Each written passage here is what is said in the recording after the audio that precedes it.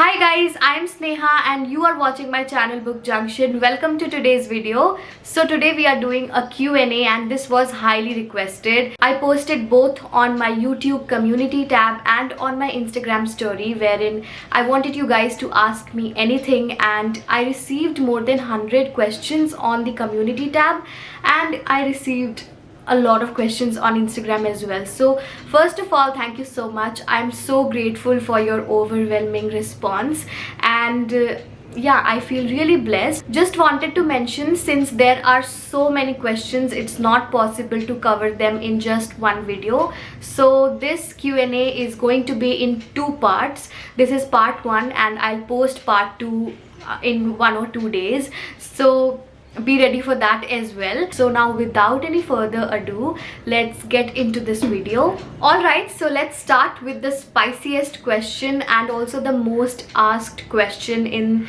this whole Q&A, at least on Instagram. So if you don't follow me on Instagram, you wouldn't know that I recently got engaged. On 31st October I was proposed to and I said yes. So yes, now I do have a fiance and I am engaged. So a lot of you guys on Instagram asked me to share my love story and to share my story in itself, where I met my fiance and all of that. So I thought I will first of all answer that so that I don't beat around the bush and you just get your answer in the very beginning of the video. So yeah, let's answer that. But out of all the questions, I found this one question by Swarna Mallika Mazumdar, who asked that I'm really intrigued about your love life. Who is your man of your dreams? How did you both meet and how long is the relationship going on? Please also share an interesting incident which happened to you both. So this question kind of includes everything, so I am taking this question and answering it. So let me first introduce you to the person. His name is Anindya Shom, and if you comment on my videos regularly or if you watch my comment section, you will always find him there. He is the one who gives the first like and the first comment on almost all my videos. So first he drops a heart, and after watching the video properly, he gives this really detailed feedback which a lot of you guys also observe, and you guys have complimented him over it. So a lot of you would know him. If you haven't noticed his comments yet, then you can definitely go back to all my videos and find his name and read the comments. So yes, Anindya is my fiance and he is the man of my dreams according to the question, but he actually is definitely the man of my dreams, exactly the person that I always wanted. He has all those qualities and everything, like even the smallest detail that I wanted in my life partner, I have found that in him. So I and Anindya were batchmates in school, and I was in that school for only my higher secondary, that is 11 and 12, but he was in that school from before. So I joined in class 11 and for the 2 years we were batchmates, but he was in the science section and I was in commerce, so we didn't really have anything in common. Even our 6th subject was different. Mine was geography and his was commercial arts, if I'm not wrong. So yeah, in school we were just acquaintances, not even that, because we never really spoke to each other. We just knew that both of us exist. But it was after graduating from school, when we got into college, that's when we became friends on Facebook. And since I used to post a lot of my stories and poems there, he used to read them and share his feedback. So from there we started talking and we became friends, but it was just friendship. For the longest of time we were friends who never spoke to each other on a regular basis. We were never in touch every day. It was not like that. That was not the kind of friendship that we had. There was always a lot of comfort in the friendship, and I think that's the word for us, that there's a lot of comfort in our relationship and partnership. So from 2013, after graduating from school until today, this is how long we have known each other, but we have been friends for the longest. It was in 2020 that we started talking like regularly. So what happened that after his college he went to Chennai for his job, and that's where his job is. But because of the work from home scenario, he had to come back, and he lives like 10 minutes away from my house. So we started talking regularly because you are locked in your home and you don't really go out, and your life is pretty much limited to the four walls. And that's when we like started confiding in each other and started sharing a lot more about our life with each other. So video calling or talking, we were like constantly connected with each other, and maybe we would go for a walk or meet sometimes. Because we became such close friends in this period of time, it also allowed us to see each other in a different light, that okay, I see all these really amazing qualities that I would want in my partner. And finally we decided that we are good for each other, and I think, in fact we think that life will be good if we spend it together. So that's how a relationship, our friendship, transformed into this thing that we have right now. So that's pretty much our story. And there is this book by Brené Brown. The name of the book is Gifts of Imperfections. I really love that book. So in that book, Brené Brown writes that for a wholehearted living, you need to feel heard, seen, and feel like your authentic self. And I feel all these three things in our relationship.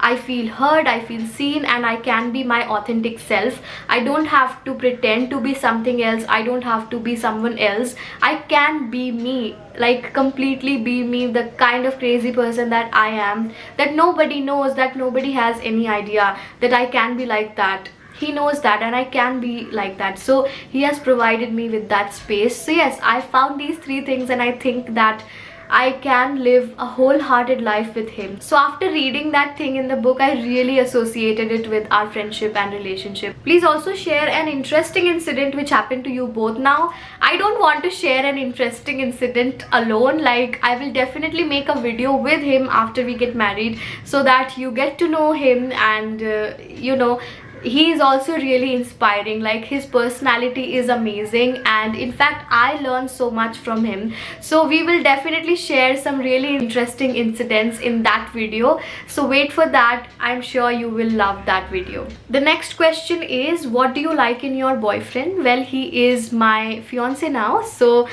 what I like about him is that he is all about reforming himself, and he introspects a lot. So if we have had an argument or if something happened, he will always go back, introspect, and think about everything. He's all about improving himself all the time so that we have better communication. And he always talks about that, please always communicate to me what you're feeling and all of that. So the best thing is that we can always talk about everything, that we can have very uncomfortable conversations as well. So the conversations that usually other people may avoid because they are just too uncomfortable for them, we have those conversations. And that's something that I really admire about him, that he has that mental bandwidth where we can have such conversations. The next question is, you just got engaged, how are you feeling? I'm actually feeling really good and content. I think contentment is the word that sits well with what I'm feeling right now. Now I am seeing some really common questions related to my age and qualification, all of that. So guys, below every video in my description box, I provide all those details in every video. So if you want to know that, you can just click on the description box and read that anytime you want. There is this FAQ section, frequently asked questions, and there I have answered everything from my date of birth to my qualification, everything. So please search for that. Just wanted to mention that for your future reference. Now let's move on to the other questions. Alicia Day asks, what are your future plans regarding career, studies, and life update?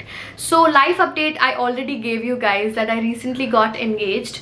Now when it comes to future plans regarding career, studies, so see, studies I have already done. I did my masters in commerce, and I'm not doing anything related to that. So that is a different thing. I've kept it aside. I'm not going to pursue that. So I'm here in the creative field. I always wanted to be in a creative field, and YouTube in general is something that I absolutely love. But when I say future, I feel like maybe 10 years or 15 years down the line, if I want to take that into consideration, I really want to learn filmmaking. So filmmaking is something that is my long-term dream.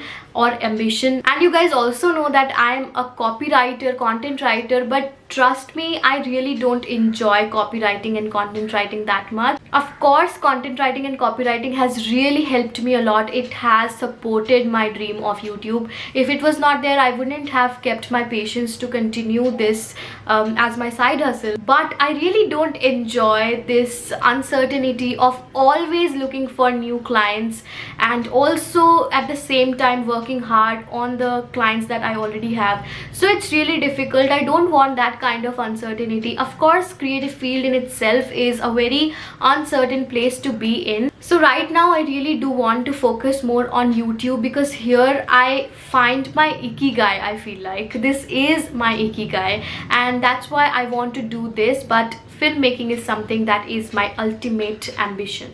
The next question is, how have you been? What has your YouTube journey so far taught you? Is there anything that we can learn from it? So I have been amazing actually. I'm doing really good, and my YouTube journey has taught me a lot of patience. Like, if you are entering YouTube for your career, you have to be incredibly patient. The first few years needs impeccable patience because it's really difficult, and once your channel grows, it's not like it's going to grow in the same pace forever. So sometimes you will get this temporary boost, and that's like amazing, but then you will also get a drop, and then again you will get a little bit of boost. So it's very uncertain, and you have to be incredibly patient.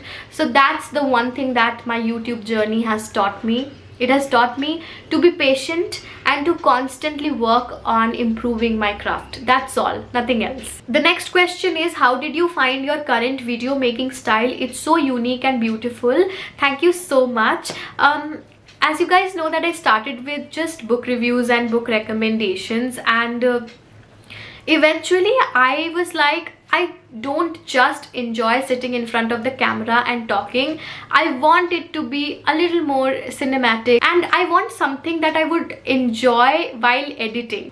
I just experimented. I just thought, what if I shoot it like that? What if I make it a little more aesthetic? And I just started experimenting. I started writing down the shots that I would create, and eventually I found this one style that I really enjoy creating. And since you guys also shared in the comments that you also admire this and you also enjoy such videos, it really motivated me to keep doing it. Next question is, since I am a depression, anxiety and bipolar disorder patient, I'm thinking of journaling my mood swings, but I'm not able to start it. Could you help out? So first of all, sending you a lot of positivity and love. I really hope that you overcome this. So I just want to say that I'm really proud of you that you want to start journaling your mood swings, because when you are depressed and you're going through all of these things, you don't really feel like doing anything. You feel numb and you feel there is this void that cannot be filled. It's just a big black hole, and to even think of writing down and journaling, it's the first step towards your well-being. So I will just tell you to write down in points what you're exactly feeling. If you're feeling void, write down that I'm feeling void. If there is some thought that's bothering you, just write that down, that this thing is bothering me, or this really dark thought has come in my mind. Just write all of that in your journal in the most raw form possible. That's exactly what I used to do. Do not try to airbrush it. Do not write it because someone else is going to read it. Just write it because you are reading it, and you will read it after a lot of years, and that will be a point of reference for you. I know it's not a very fancy tip, but this is what I have for you. This is what I did when I was in such a phase of my life. Next question is, do you live alone? No, I don't. I live with my parents. A thing that you don't like about being an adult? Honestly, there is not even one thing that I don't like about being an adult. I think being an adult is an amazing and empowering thing. You do what you love. You are creating a life for yourself. So I know that you have to pay a lot of bills and you have to spend on things, but it's empowering. You can create the life that you always wanted to. So I actually do love being an adult, and I cannot quite think about anything that I don't like about being an adult. I would say that I'm living my best life right now. Alright guys, so those were all the questions that I could manage to answer. And yeah, if you haven't subscribed to me yet, then definitely consider subscribing, hit the like button and also on the bell icon so you do not miss any of my future uploads. And I'll see you in my next video. Until then, bye bye.